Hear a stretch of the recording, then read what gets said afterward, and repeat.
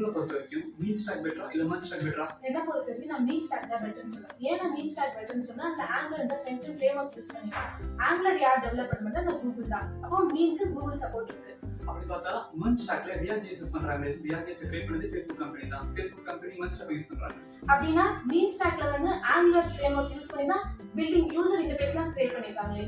அப்படி பார்த்தா மர்ஜ் ஸ்டாக்ல நிறைய user interface by using the components and libraries வச்சு கிரியேட் பண்ணிருக்காங்க. அப்படின்னா மீன் ஸ்டாக்ல வந்து நிறைய மோர் பில்டிங் டூல்ஸ்லாம் அவைலபிளா இருக்கு.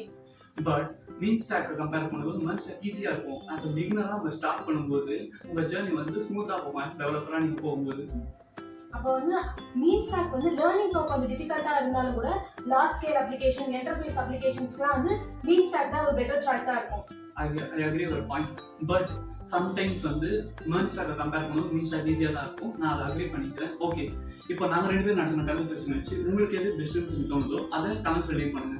Stay tuned for next video. Subscribe our YouTube channel.